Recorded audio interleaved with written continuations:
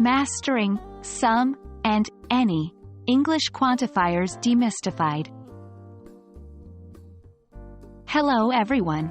Welcome back to our English language learning channel. Today we're delving into a crucial topic under grammar fundamentals: the usage of some and any. If you're finding it tricky to use these words correctly, don't worry, you're not alone, and by the end of this video, you'll be using some and any like a pro. Before we start our writing practice, let's take a quick refresher. Some is typically used in positive sentences, while any is usually used in questions and negative sentences. Example with some: I bought some apples at the grocery store. Example with any: do we have any apples left? No, we don't have any apples.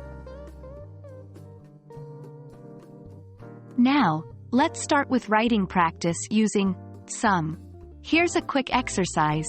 Try to form 5 sentences using some. Remember, some is often used in positive sentences.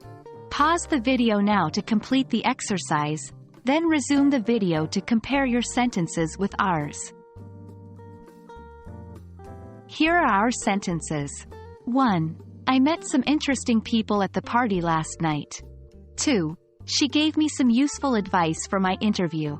3. They found some old photos in the attic.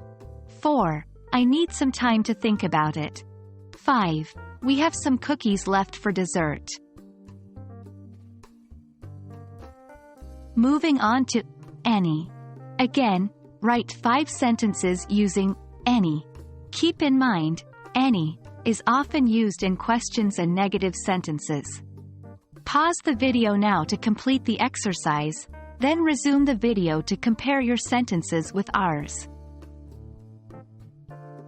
Here are our sentences. 1. Do you have any questions about the lesson? 2. I don't have any brothers or sisters. 3. Are there any tickets left for the concert? 4. She doesn't want any dessert, thanks. 5. Do they need any help with the preparations? For a challenging task, create a short dialogue with a friend, family member, or even with yourself where you incorporate the use of some and any. It'll be fun and a great practice. Pause the video now to complete the exercise. That's a wrap for today's session on the use of some and any. We hope you now feel more comfortable using these quantifiers in your sentences. Remember, practice makes perfect, so keep trying to incorporate some and any in your everyday English. Thanks for watching, and see you in the next video where we'll continue our journey of mastering English grammar.